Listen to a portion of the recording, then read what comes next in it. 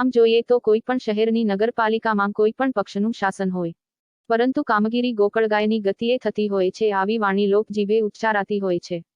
ધોરાજી શહેરમાં હાલ નગરપાલિકા સરકારી વહીવટદાર દ્વારા ચાલી રહી છે,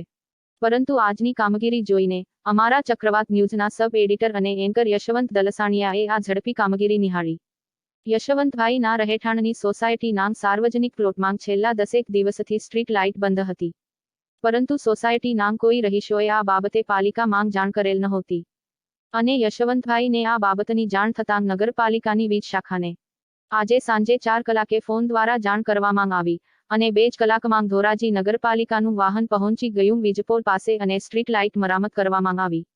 ન્યૂઝ મીડિયા હંમેશા પ્રજાલક્ષી હોય અને કોઈ પણ બાબતે નબળી કામગીરી હોય તે ઉજાગર કરવું એ ન્યૂઝ મીડિયાની ફરજ ગણાય, પરંતુ સારી કામગીરીના વખાણ પણ ન્યૂઝ મીડિયા કરી શકે છે, એ આજે અમે ચક્રવાત ન્યૂઝ દ્વારા દર્શાવીને ધોરાજી નગરપાલિકાના કર્મચારીઓનો કાર્ય કરવાનો જુસ્સો વધારીએ છીએ. જો આટલી ઝડપી કામગીરી દરેક પ્રશ્ને કોઈ પણ શહેરની નગરપાલિકા દ્વારા કરવામાં આવે તો નગરજનો હંમેશા સરાહનીય કામગીરીને બિરદાવે જ.